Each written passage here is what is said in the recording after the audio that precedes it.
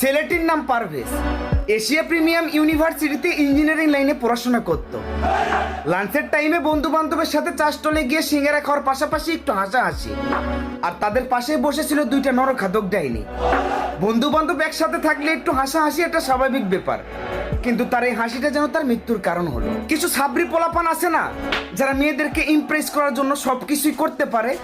আজকে দুইটা কলঙ্কিত মেয়ের জন্য কতগুলো ফ্যামিলি নষ্ট হয়ে গেল, কতগুলো ফ্যামিলি ধ্বংস হয়ে গেল। দুবাইয়ের শেখ মেহেরাকে চিনো, যার নিচের তেনা বহন করার যোগ্যতা তোমরা রাখো না। তার দিকে তাকিয়েও কত মানুষ হাসাহাসি করে। কই আমরা কখনো তো শুনিনি যে তার হাসির কারণে কাউকে সে মেরে ফেলেছে। তোমরা কি হয়ে গেছো? তোমাদের কি এত বড় ইগো যে তোমাদের ইগোর কারণে আজকে কয়টা মানুষ নষ্ট হয়ে গেল? এটা কি তোমরা একবার ভেবে দেখেছো? এখন আমি মেয়েদের নিয়ে কিছু বললে এই ভিডিওর কমেন্ট বক্সে আমার কিছু মা বোনেরা এসে উল্টা পাল্টা কমেন্ট করবে। আসলে কিছু অংশ মেয়েদের জন্য পুরো মেয়ে জাতির আজ হচ্ছে কলঙ্ক।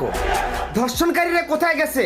সব ধর্ষণকারীদেরকে খবর দে, রাস্তার উপরে ফেলাই ওই দুই নারীকে গণধর্ষণ কর।